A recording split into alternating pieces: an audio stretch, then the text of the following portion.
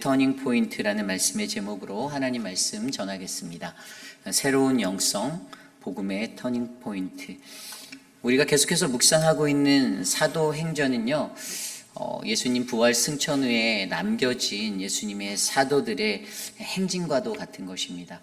그리고 그들의 그 행진, 실질적으로는 사도행전을 이렇게 들여다보면 베드로와 바울의 이야기, 이 두 사람의 이야기가 거의 대세를 이루고 있지만, 그럼에도 불구하고 하나님께서는 이 땅에 남겨진 그의 제자들, 그 사도들을 통해서 그의 복음, 하나님의 복음의 사역들을 계속해서 이루어 가시는 것들을 우리는 볼 수가 있습니다. 그런데 여러분, 이 복음에서, 이 사도행전이라는 이 복음에서 가장 중요한 것이 무엇일까요? 사도행전에서 가장 중요하다라고 바라볼 수 있는 성경 구절은 사도행전 1장 8절입니다. 여러분들이 너무나도 잘 아는 말씀이에요.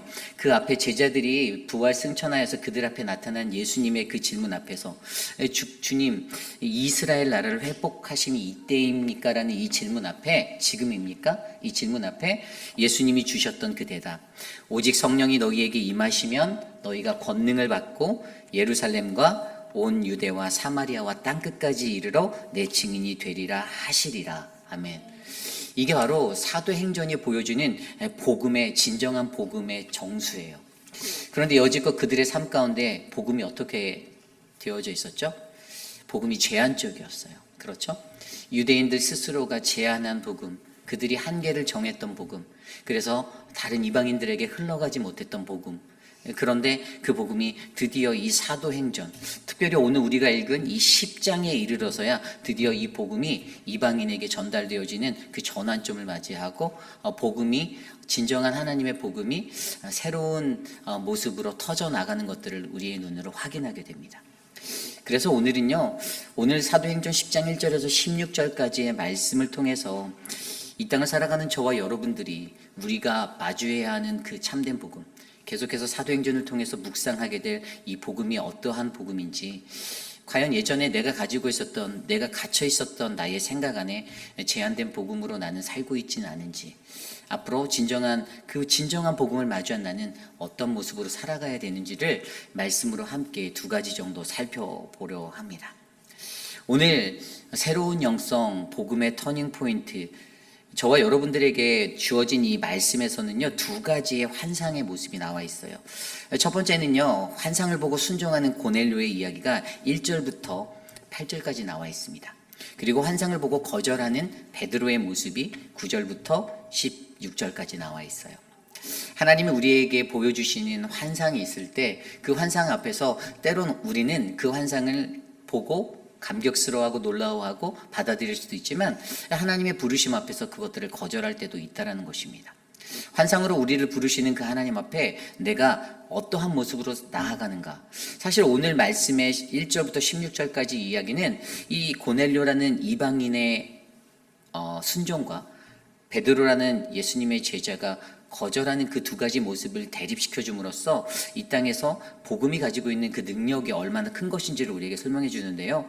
바로 이 복음의 터닝 포인트, 새로운 영성을 갖기 위해 우리들에게 처음으로 요구되어지는 것은 바로 어긋난 우리들의 선민사상을 버려야 한다는 것입니다. 저와 여러분이 갖고 있는 어긋난 선민사상을 버려라. 여러분, 이스라엘 백성들은 선민사상 아래 휩싸여 살았습니다. 그것은 하나님께서 나를 선택하시고 나는 그의 선택받은 백성이다라는 그 마음이었어요. 그러한 마음으로 그들이 구약 성경에 나와 있는 그 말라기까지의 모든 시간들을 보내는 동안 그들은 오직 하나님은 나의 하나님이 되었습니다. 우리의 하나님이 아닌 나의 하나님으로, 나에게만 제한되어져 있는 이스라엘의 하나님으로 그들이 믿었기 때문에 여러분 어떻게 되었습니까? 복음은 쉽게 퍼져나가지 못하였어요. 오늘 말씀을 들여다보면요, 오늘 말씀 1절이 이렇게 시작돼요.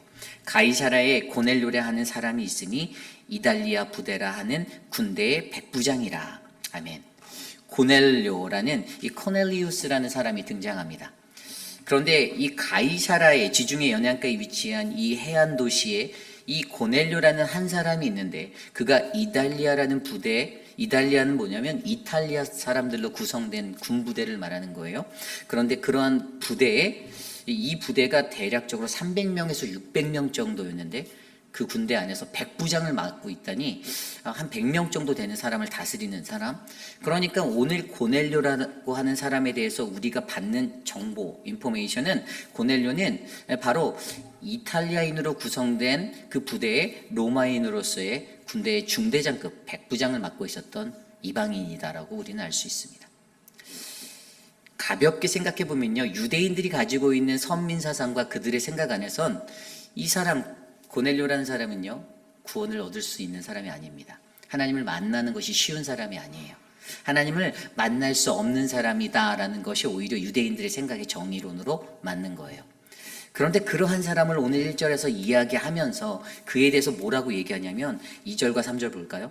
그가 경건하여 온 지방과 더불어 하나님을 경외하며 백성을 많이 구제하고 하나님께 항상 기도하더니 3절입니다. 하루는 제9시쯤이 되어 환상 중에 밝히 보매 하나님의 사자가 들어와 고넬료야 고넬료야 하니 고넬료가 주목하여 4절입니다. 고넬료가 주목하여 보고 두려워 이르되 주여 무슨 일이니까 천사가 이르되 내 기도와 구제가 하나님 앞에 상달되어 기억하신 바 되었으니 5절입니다. 내가 지금 사람들을 요바로 보내어 베드로를 하는 시몬을 청하라. 아멘. 여기에서 보면요, 갑자기 이 고넬료라는 한 사람에 대해서 정보, 그가 어떤 사람인지 인포메이션을 주고 나서 그를 표현한 것이 그가 경건하여라고 표현하고 있어요. 그죠? 굉장히 경건한 사람이라고 말하는 거예요. 그래서 그가 가지고 있는 경건의 3박자, 이것을 설명해 주는데 첫 번째가 하나님을 경외하는 모습이 있었고요. 두 번째가 구제를 한다라고 하고 있고요. 세 번째가 항상 기도한다라고 설명합니다. 여러분, 하나님을 경외하는 것, 여러분, 이방인 된 자가 하나님을 경외한다라는 것은요, 하나님을 믿는다라는 것이에요. 그죠? 그를 두려워할 줄 안다라는 거예요. 그가 어떠한 분인지 그가 인지하고 있어서 그를 두렵게 여기고 그를 존귀히 여기고 그를 높게 여기는 그러한 그의 영광을 위해 살아가는 삶을 그가 살고자 노력했다라는 것을 우리에게 알게 해줍니다. 두 번째로 구제를 했다라는 것은 뭡니까? 하나님께서 주신 그 이웃사랑이라는 그것이 실천되어지는 그러한 일들을 그는 감당하는 삶이었어요. 특별히 우리가 사도행전을 시작할 때 바라봤던 초대교회, 여러분, 초대교회는요, 구제라는 것에 대해서 굉장히 중요한 큰 무게를 두었던 공동체예요. 우리가 잘 알고 있는 뒤에 나오는 아나니아와 삽비아와 같은 그러한 일들도 그들 안에 구제라는 사역들이 그냥 경쟁처럼 일어났기 때문에 다른 사람들이 구제라는 것들을 베푸는 것들을 보고 나도 해야지라는 그런 경쟁적인 구제 사역들이 불길같이 일어났던 것처럼 초대교회 안에서 구제라는 것들은 뺄래야 뺄 수 없는 매우 중요한 어떠한 구도적인 것들이 되었다는 것이죠. 그래서 사람들이 그들이 가지고 있었던 그 구제의 것들을 이 이방인인 고넬료라는 사람도 이방인을 향해서 자신의 마음의 창문을 열고 이방인들을 향해서 이 구제들을 흘려보냈던 이러한 따스한 마음이 있었던 사람이다라고 우리는 평가할 수 있습니다. 세 번째 모습이 항상 기도합니다. 이 항상 기도한다는 것은 하나님께 그의 마음의 창문이 열려 있다는 거예요.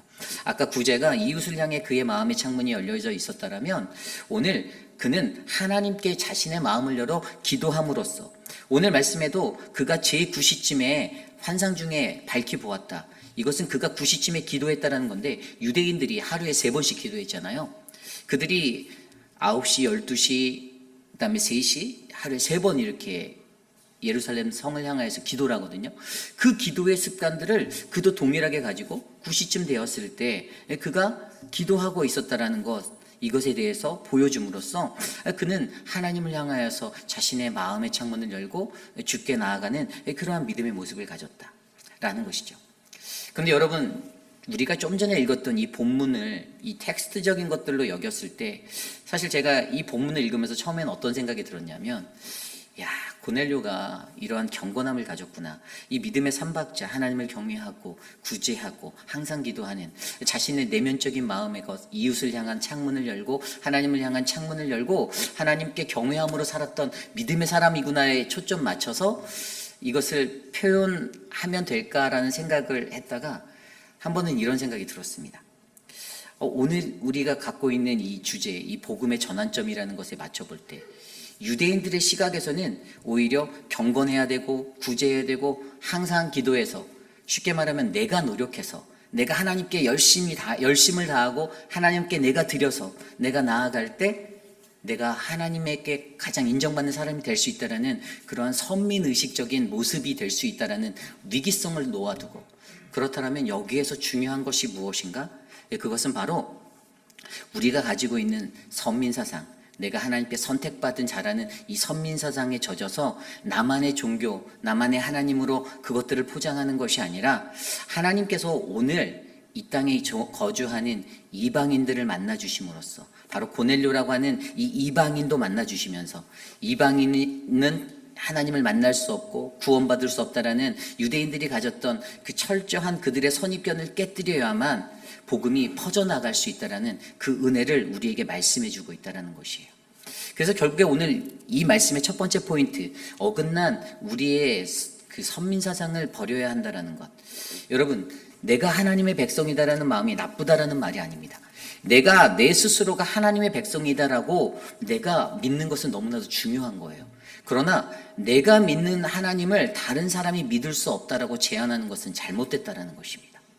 오늘 유대인들이 갖고 있는 첫 번째 실수는요, 바로 그들의 삶 가운데서 그들이 가졌던 두 가지 오해 중에 첫 번째가 하나님은 나의 하나님이다라는 오해예요.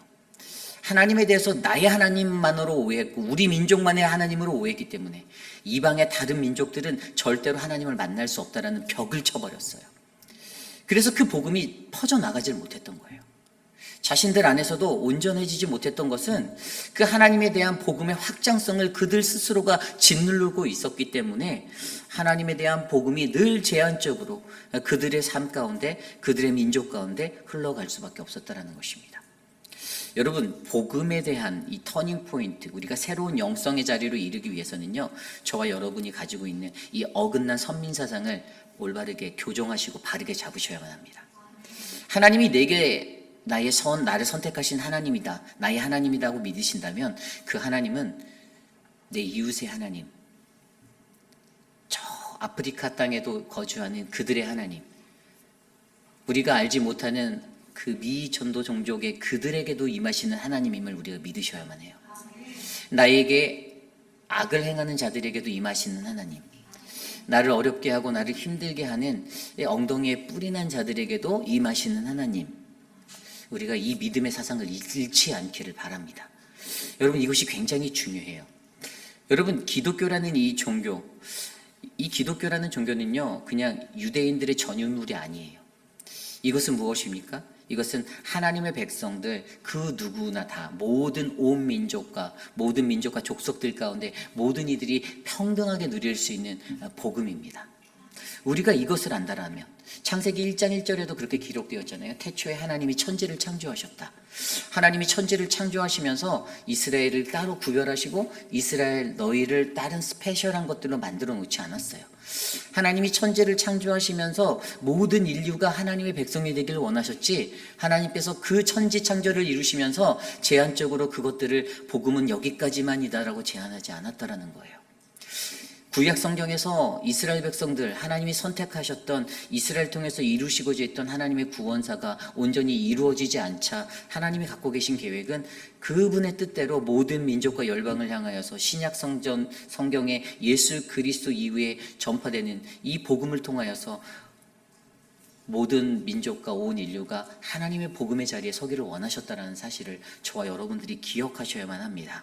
그러므로 저와 여러분, 우리 스스로가 가지고 있는 어떤 복음의 한계, 이것들을 우리가 뛰어넘길 바랍니다. 우리 교회는, 우리 사랑하는 회빛 아닌 장로교회는 그 복음에 대해 열린 마음, 열린 생각, 그리고 선입견 없는 그러한 마음으로 하나님의 복음을 전하고 하나님의 복음을 나누는 믿음의 공동체가 되기를 간절히 소망합니다. 여러분들을 통해서 그 복음이 흘러가고 여러분들을 통해서 그 복음이 선포되고, 그래서 여러분들을 통해서, 저와 여러분들을 통해서, 우리 교회를 통해서 또 다른 사도행전의 29장이 쓰여지는 그 믿음의 역사가 일어나기를 간절히 소망합니다.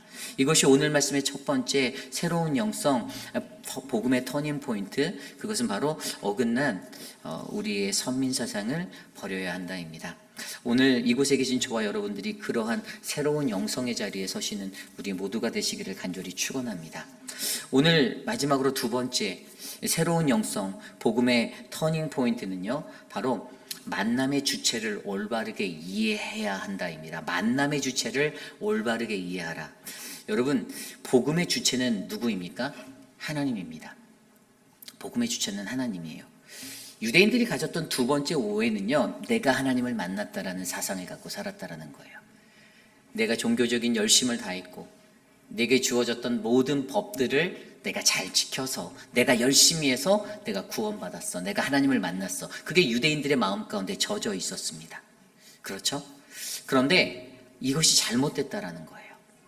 하나님의 복음의 제한성을 뛰어넘기 위해서 그 복음이 제한받는 그 벽들이 허물어지기 위해서는요, 우리가 가질 수 있는 내가 하나님을 만난다라는 생각을 버리셔야 됩니다. 여러분께 질문 드릴게요. 여러분, 내가 하나님을 만나는 겁니까? 하나님이 나를 만나주시는 겁니까? 하나님이 나를 만나주시는 거예요. 여러분, 그 영적인 원리가 굉장히 중요합니다. 내가 노력해서 하나님을 만났다고 생각하고 신앙생활 하지 않기를 부탁드립니다. 내가 내 열심으로 하나님을 만난 게 아니에요. 하나님께서 아무 보잘것없는 아무 쓸모없는 나를 찾아와 만나주셨다는 겁니다. 이게 복음의 핵심이에요. 그런데 유대인들은 자신의 삶과 자신의 생각 가운데 그것들을 제한하였습니다. 그들이 가지고 있는 그것들을 그냥 그렇게 만들어 놓고 그렇게 세상의 모든 복음의 원리도 거기에 맞춰서 돌아가기를 원했던 거예요. 그러다 보니 이 복음이라는 것이 어떻게 해요? 이방인들에게 흘러가지 못했던 것이에요. 여러분, 오늘 말씀을 들여다보면요, 우리에게 보이는 그 말씀 안에서 아까 제가 읽어드렸던 이 고넬료라는 사람이 가지고 있던 그의 모습, 그가 경건하였다. 그 경건의 삼박자, 하나님을 경외하고 구제하고 항상 기도했다. 이 세 가지 모습이요, 유대인들이 늘 바라고 원하는 모습이었어요. 내가 경건하다. 나는 구제도 많이 한다. 나는 항상 기도한다. 나는 열심히 하나님의 법대로 살아간다. 이게 그들의 법칙이에요. 그런데 그러한 고넬료가 이것을 해서 하나님을 만났다? 이것은 잘못된 해석이라는 거예요. 좀 더 정확히 말씀드리면요, 고넬료는요, 하나님의 사자가 들어와 이르시되 고넬료야 주목하여 보아 주신 그 하나님은요, 고넬료가 이렇게 해서 만나 주신 게 아니라 하나님이 그 영혼을 바라보시고 그를 기억하셔서 그를 찾아가셨다는 거예요. 오늘 말씀을 들여다보면요, 아까 읽었던 4절 말씀에 내 기도와 구제가 하나님 앞에 상달되어 기억하신 바 되었다. 여러분, 이 기억하신 바 되었다가 굉장히 중요한 거예요. 이 기억하신 바 되었다면 무엇이 생각납니까? 저는 출애굽기가 생각나요. 출애굽기 1장에 어떤 이야기가 나오죠? 출애굽기 1장 이제 창세기에서 출애굽기로 넘어가면서 요셉의 자손들 그 이야기들이 전반부에 살짝 나오다가 그 형제들이 다 죽고 그 시대의 사람이 다 죽었다라고 1장에 기록되어져 있어요. 그 세대가 다 죽었대요. 그리고 그들이 알지 못하는 새로운 왕, 큰 왕이 애굽에 일어났다라고 표현된 그 장면이 1장에 나와요.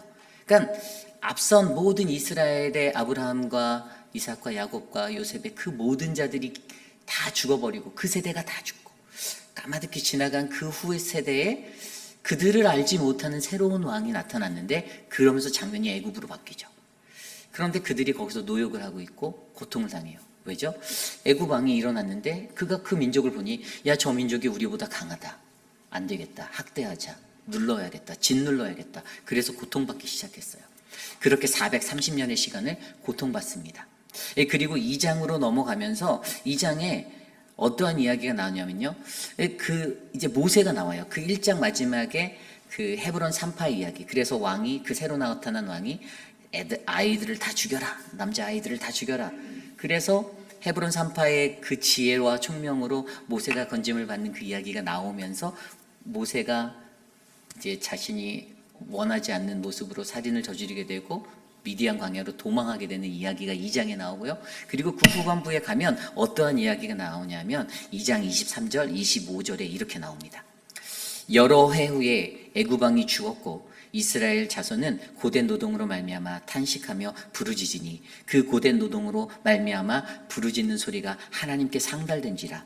하나님이 그들의 고통 소리를 들으시고 하나님이 아브라함과 이삭과 야곱에게 세운 그 언약을 기억하사 25절입니다. 하나님이 이스라엘 자손을 돌보셨고 하나님이 그들을 기억하셨더라. 아멘. 여기에서 기억하다, 히브리어 자카르라는 단어가 바로 오늘 헬라어로 번역되어서 쓰여진 기억하신 바 되었다라는 의미예요. 하나님은 누구를 기억하십니까? 하나님은요, 그의 언약의 백성들을 기억하십니다. 그러니까 출애굽기 2장에서 기억하시다라는 히브리어 작가의 핵심은 하나님의 언약 안에서 그분의 사람들을, 그의 백성을 그는 기억하신다라는 거예요. 내가 열심히 해서 내가 선택한 하나님, 그래서 하나님 날 기억해야 돼가 아니라, 내가 선택한 하나님이 아니라 하나님께서 언약하셔서 선택하셨던 그 민족과 그 백성을 하나님은 기억하고 계시고, 그들의 신음소리를 듣고 그들의 고된 자리를 돌아보시며 그들을 어떻게요? 구원하겠다 결심하셨던 것. 이게 출애굽이잖아요. 그래서 오늘 쓰여진 이 하나님 앞에 상달되어 기억하신 바 되었다. 이것은요, 하나님이 고넬료를요 구원하기로 작정하신 거예요. 하나님이 그를 향해서 내가 너를 구원하겠어. 내가 너를 기억하고 있어.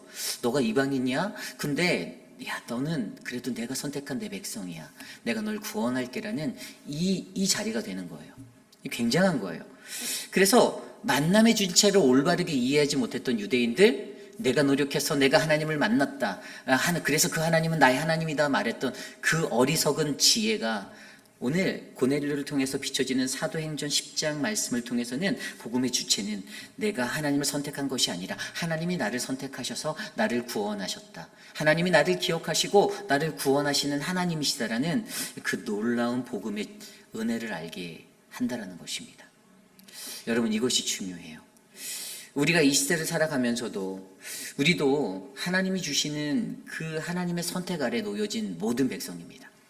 그런데 때론 어떤 사람들은요, 내가 열심히 했기 때문에 교회라는 공동체 생활을 할 때도 내가 이렇게 했고 내가 이렇게 했다라는 것들을 내세우면서 하나님 앞에서 그것들을 따지고 살아갈 때가 많아요. 이 구원이라는 것이 내가 열심히 해서 얻어지는 것이 아니라 하나님이 내게 주신 구원은요, 하나님이 나를 선택하셔서 나를 기억하셔서 내게 언약 백성으로서 기억하신 그 은혜 때문에 내가 받는 것인데, 많은 사람들이 이 영적인 원리를 놓쳐버리고 그냥 그렇게 하나님을 믿다 보니 어떻게 됩니까? 서로 다툼이 일어나요. 분열이 일어나요. 공동체 안에서도 어려움을 겪게 돼요. 나라는 주체가 아니라 하나님이라는 주체가 이 일을 하시고 이것들을 행하신다라고 우리가 믿고 살아갈 때 여러분 어떻게 됩니까? 그 공동체가 진짜 구원받은 공동체가 됨을 믿으셔야만 합니다. 저는 우리 교회에 그러한 백성들이 많아지길 원합니다. 사역을 하다 보면요, 그런 때가 많이 있어요. 내가 원하는 것들을 자꾸만 요구하시는 민주주의라는 것 안에서 얘기하실 때가 많습니다. 그런데 저는요, 목회자로서 제가 신학을 공부하고 목회자로서 살아갈 때 죄송합니다만 교회는 민주주의를 띠고 있는 민주주의가 아닌 곳이다라고 저는 말씀드리고 싶어요. 왜냐면요, 민주주의라고 말하면 여러분 다수의 것들이 다 받아지는, 소수의 것들도 무시되지 않는 것들을 말하죠. 사실 공산주의가 그것들을 가장 많이 이야기해요. 너희들의 것들까지 평등하게 다 맞춰줄게. 여러분, 실질적으로 모든 사람의 말을 다 들어서 그 말들을 맞출 수 있는 곳은 이 세상에 한 군데도 없습니다. 그런 데 있으면 저한테 말씀해 보세요. 그런 이상적인 그런 판타스틱한 나라가 있으면 제게 말해 주십시오. 세상에 그런 교회가 있거나 어떤 그런 조직이나 그런 기관이 있으면 제게 꼭 말씀해 주십시오.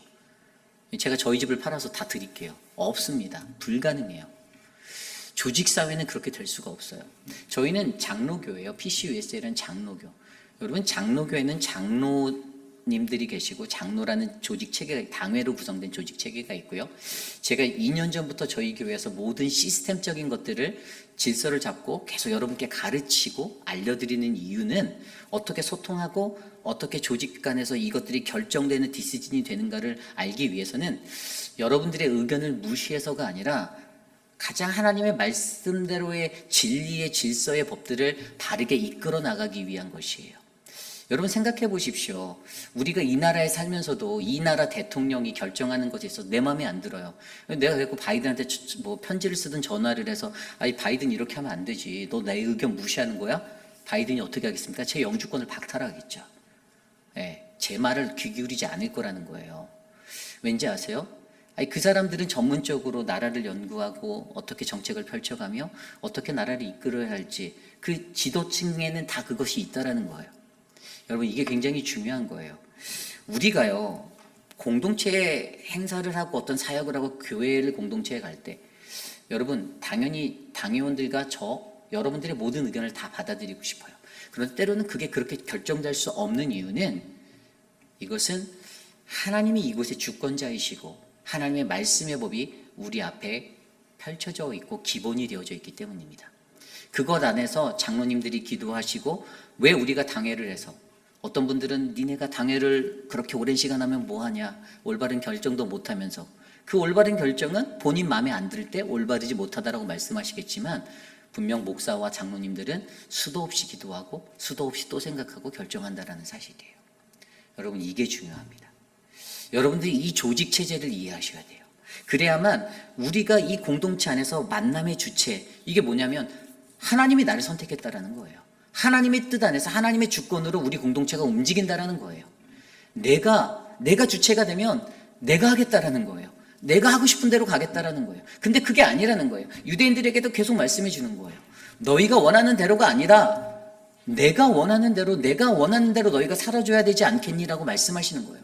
너희가 나를 기억하는 거 그래 고마워. 근데 더 중요한 거는 내가 너희를 기억해서 내가 너희를 구원하는 거야. 너희가 나를 구원하는 게 아니야 라는 거예요. 이 원리를 잊어버리니까요. 여러분 복음이요 구약의 테두리 안에서 갇혀서 그 몇천 년의 역사를 그렇게 흘려보냈다라는 거예요. 네, 여러분 오늘 이 시대에 저와 여러분이 살아가는 이 시대 우리는 사도행전 10장 이후의 시대를 살아가는 사람들입니다. 우리는 사도행전 29장을 쓰고 있는 자들이에요. 이미 10장이라는 그 복음의 전환점, 이 터닝 포인트는 우리는 지나간 자들이에요. 예수님으로 말미암아 우리가 구원을 받았고 우리가 새 생명을 얻었고 우리가 복음의 능력을 받았는데 그런데 예수님의 제자들은 여전히 그 예수님의 부활 승천을 경험하고 나서도 1장 8절에 나온 대로 1장에 나온 대로 그때가 오늘입니까? 언제죠? 지금입니까? 이러고 있다라는 거예요. 왜죠? 성령 충만을 받지 못해서. 답은 그때 주어졌어요. 그때가 언제면 뻗하면서 말씀해 주셨어요. 오직 너에게 성령이 임하면 우리가 성령 충만함 받으면요. 여러분 그때 이 복음은요. 불길같이 터져나갈 것을 믿으셔야만 합니다. 다만 그 복음이 터져나가지 못하면 이 복음의 정수라는 성령 충만이 내게 없어서 아직도 예루살렘을 거닐고 있는 거예요. 온 유대로 나가지 못하는 거예요. 사마리아 땅끝까지 가지 못하는 거예요. 왜죠? 아직도 예루살렘. 아직도 유대인. 아직도 내 민족. 아직도 이스라엘. 그러고 있는 거라니까요.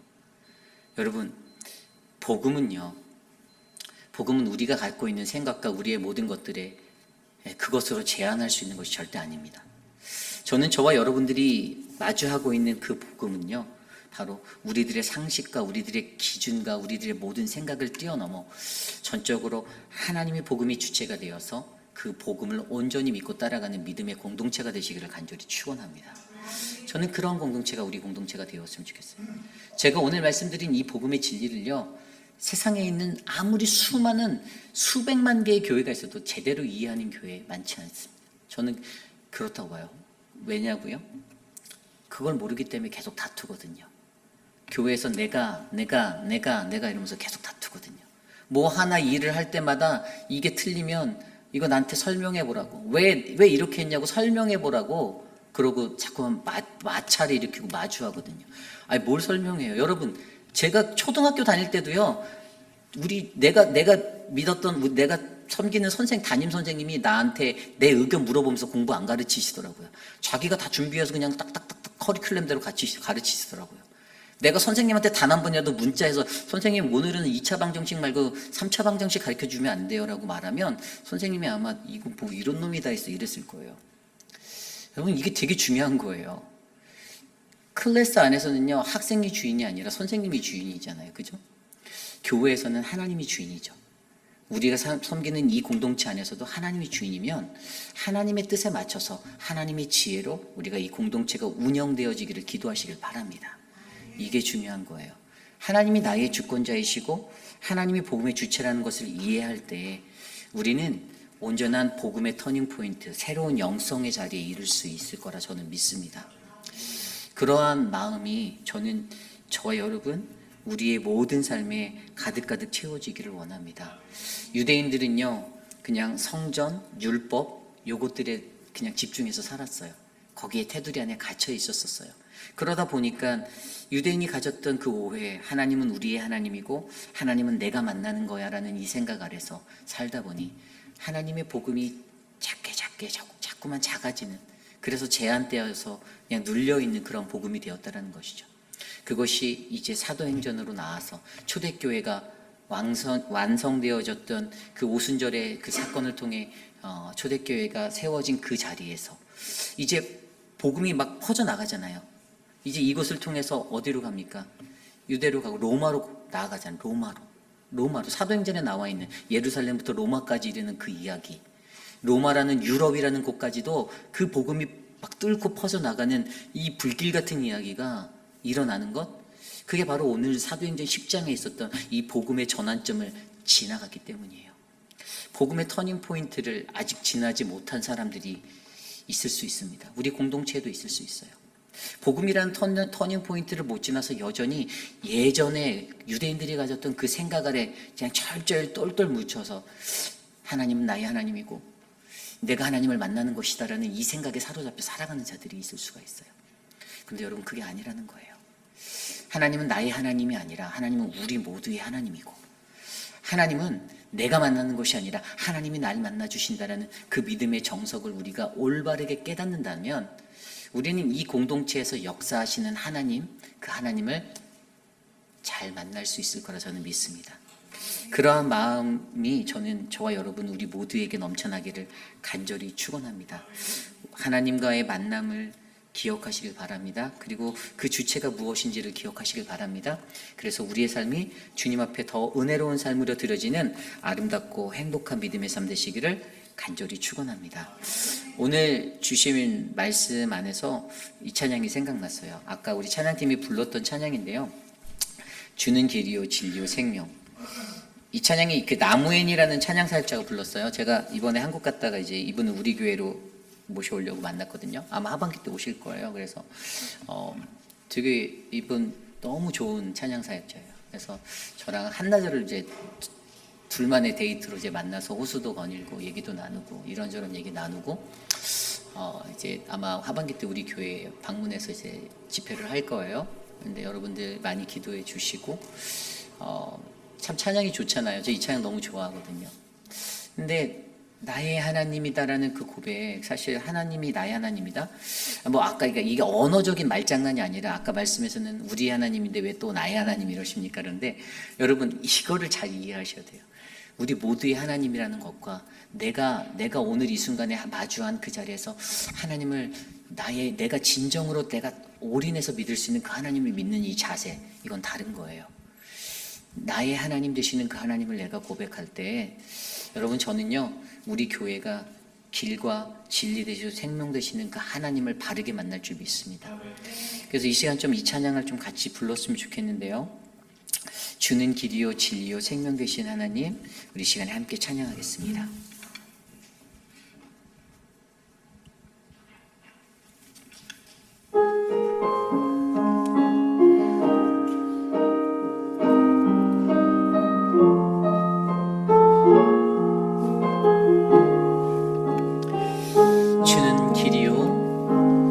주는 길이요 진리요 생명 되신 하나님 여호와 하나님이라. 나의 삶 모두 주관하시는 하나님 여호와 하나님이라. 주가 지나신 좁은 길, 그 좁은 문을 따라서 내가 걷느니 고단하여도 주님 인도하심으로 주만 의지함. 우리 처음부터 다시 찬양할까요? 주는 길이요 주는 길이요 진리요 생명 되신 하나님 여호와 하나님이라 나의 삶 모든 주관하시는 하나님 여호와 하나님이라 주가 지나신 좁은 길 좁은 문을 따라서 내가 걷느니 고단하여도 주님 인도하신 길로 주만 의지하리라 나의 하나님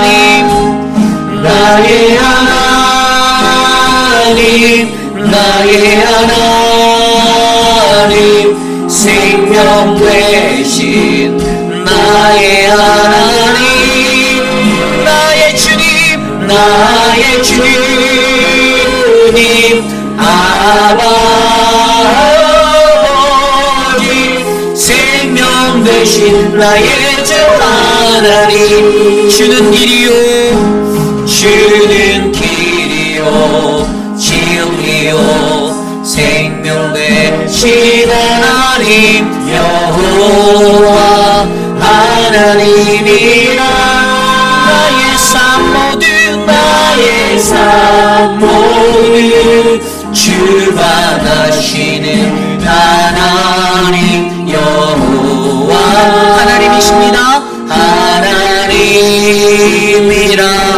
주가 지나신 좁은 길 좁은 문을 따라서 내가 걷느니 고단하여도 주님 인도하심으로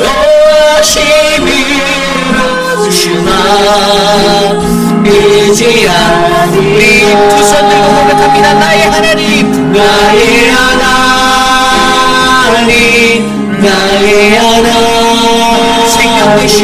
생명 되신 나의 하나님 나의 주님 아버지 생명 되신 나의 주 하나님 나의 하나님 나의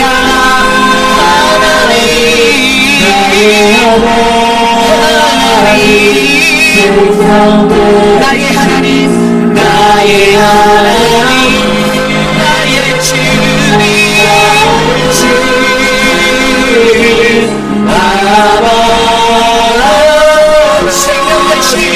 생명 되신 나의 마지막으로 다시 한번 전화할까 나의 하나님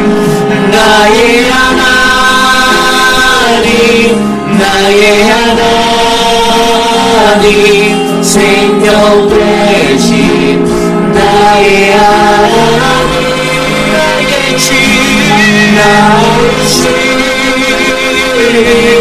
아버지 생명 되신 나의 주 하나님 목소리로만 할까요? 나의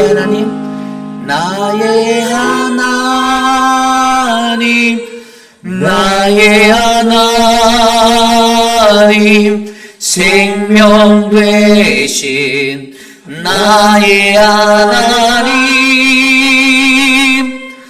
나의 주님 아버지 생명 되신 나의 주 하나님 생명 되신 나의 주 하나님 생명 되신 나의 주 하나님 생명 되신 나의 주 생명 되신 나의 주 하나님 오늘 주신 말씀을 놓고 함께 기도할까요? 여러분 우리가 예수를 믿으려면 하나님을 올바르게 알아야 합니다. 예수를 올바르게 알아야 돼요. 누가 하나님을 만나는가? 라는 이 질문 앞에 여러분 누가 하나님을 만납니까? 하나님을 만나는 사람은요 유대인들이 생각했던 하나님은 나의 하나님이야, 내가 하나님을 만나는 거야, 이 사람이 하나님을 만나는 것이 아니라 하나님은 우리의 하나님이 되시고 하나님이 우리를 선택하여 만나주신다라는 그 믿음을 가진 자들만이 하나님을 온전히 만날 수 있음을 고백하시길 바랍니다. 그런 하나님을 우리가 만나야 합니다. 하나님을 우리의 생각과 우리의 사고 안에 가둬놓고 하나님의 그 복음을 제한하고 나의 복음으로 희석시키는 것이 아니라 성경에서 말씀하여 주신 그 하나님, 이스라엘의 삶을 통하여서 온 열방과 민족을 향하여서 말씀하신 그 하나님의 복음, 땅끝까지 이르러 내 증인이 되라고 말씀하신 그 하나님을 저와 여러분이 만나야만 합니다. 그리고 그 복음이 땅끝까지 이르러 흘러 우리를 통해 흘러 가야만 합니다. 저는 우리 회의빛 아닌 장로교회가 주가 길이고 진리이고 생명임, 이 복음의 정수, 이 진리를 놓치지 않는 믿음의 성전이 되길 원합니다. 하나님의 복음의 전환점, 바로 이 복음의 터닝 포인트를 지나 새로운 영성, 구세대적인 유대인들이 가졌던 그 오해의 사고가 아니라 하나님은 우리의 하나님이고 하나님이 우리를 만나주신다라는 이 새로운 영성의 자리에 이르러 살아가는 우리 모두가 되시기를 축원합니다. 이 시간 이것들을 놓고 함께 기도합니다. 하나님 우리를 도와주옵소서. 우리를 다스려 주시옵소서. 함께 기도합니다. 하나님 도와주십시오. 하나님 우리 안에 하나님 복음을 향한 하나님이 새로운 터닝 포인트, 하나님이 새로운 영성이 갖춰지기를 간절히 소망합니다. 하나님 우리에게 성령 하나님, 성령이 임하면, 오직 성령이 너희에게 임하면 우리가 유대와 사마리아와 땅끝까지 이르러 주님의 증인이 될 것들을 하나님 우리가 확신하고 믿음으로 고백하며 나아가는 회비랑이 장로교회 되게 하여 주시옵소서. 우리가 성령 받기 원합니다. 우리가 그 새로운 성령의 은혜에 서기 원합니다. 하나님 새로운 성령, 그 영성을 우리에게 허락하여 주시옵소서. 우리에게 부어 주시옵소서. 하나님 우리를 만나 주시옵소서. 하나님 우리에게 그 복음의 은혜를 나누어 주시옵소서. 돌봐 주시옵소서. 인도하여 주시옵소서. 주님 도와주시옵소서. 우리 시간에 몇 가지만 더 기도하기 원합니다. 우리 에드윈의 수술이 잘 맞춰졌고요. 이제 내일 퇴원을 하려 합니다. 오늘 우리 서재원 목사님이 정병자 원사님과 함께 또 방문하였는데요. 우리 에드윈이 감사하게 또 병원을 빨리 벗어나고 싶어서 몸부림치고 있다라고 이렇게 듣게 되었습니다. 하나님의 은혜입니다. 우리 에드윈 건강한 모습으로 돌아와서 또 남아있는 여생 아름답고 행복하게 주님 안에서 기쁨으로 우리 정경자 권사님의 기도와 그 은혜 가운데 이 가정이 잘 세워져 갈 수 있도록 이 가정을 위해서 기도해 주시기를 부탁드립니다. 또한 우리가 계속해서 기도하고 있는 우리 천문자 집사님을 위해서 기도해 주십시오. 육신의 연약함, 기력이 잘 나지 않는 것들, 많은 것들이 어렵습니다.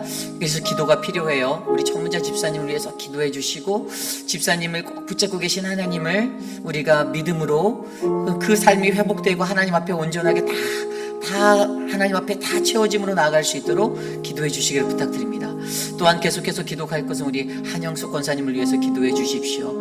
그 삶을 위해서 하나님 그 삶을 만져주시고 그 삶을 인도하여 주시고, 주님 그 삶에 주님의 은혜가 넘치게 하여 주셔서 숨쉬는 것이 힘들지 않도록, 호흡하는 것이 어렵지 않도록 하나님 강하게 그 패를 붙잡아 주시옵소서. 우리 함께 기도해 주시고, 그 외에도 우리 교회 어르신들, 우리 박종숙 권사님, 또 많은 분들, 양양금 어머님, 많은 분들이 계십니다. 이희두 장로님, 또 우리 박문자 집사님, 수많은 분들 기억나신 대로 기도해 주셔서 육신의 연로함 때문에 힘들지 않도록 함께 어르신들 위해 기도합니다. 하나님 도와주십시오.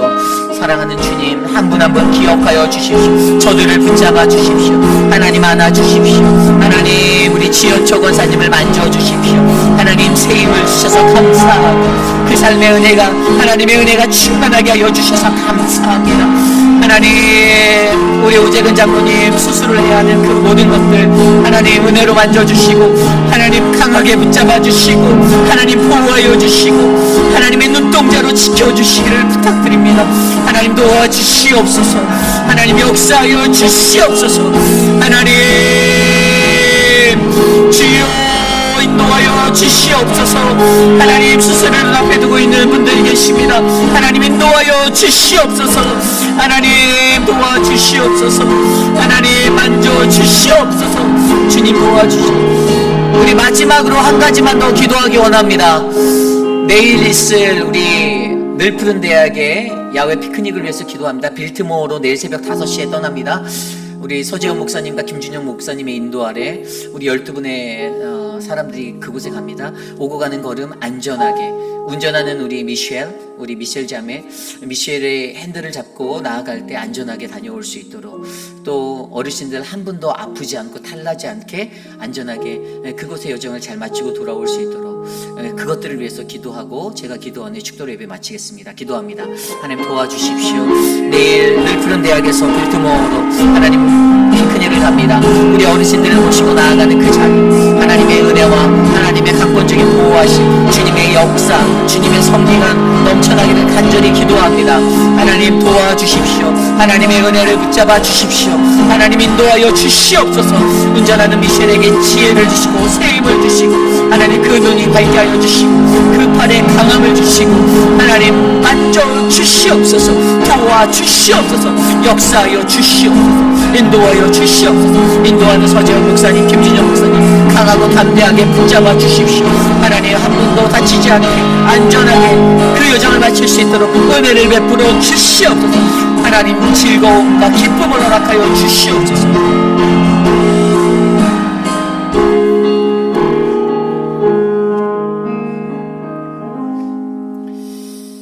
사랑과 은혜가 풍성하신 주님 감사합니다. 하나님 우리 안에 복음이라는 그 단어를 너무나도 오랜 시간 들었음에도 불구하고 여전히 내 안에 내 생각과 내 가치관, 하나님 어긋난 것들로 채워져 있는, 하나님 그래서 가두어진 복음의 자리가 있다라면 하나님 오늘 이 저녁 하나님의 말씀 앞에서 복음의 전환점을 맞이하여 하나님 참된 복음이 무엇인지를 깨달아 누가 복음을 만날 수 있는지를 깊이 있게 고민하는 우리들이 되기를 간절히 소망합니다. 하나님, 내가 내 열심으로 이 복음을 만난 것이 아니라 하나님이 나의 하나님 되신 것이 아니라 하나님 보잘것없고 연약한 나를 위해 하나님이 나의 하나님이 되어주시고 우리의 하나님이 되어주셔서 하나님 우리를 만나주신 그 하나님이심을 내가 기억합니다. 하나님 이 새로운 영성의 자리에 서도록 우리의 삶을 지켜주시옵소서.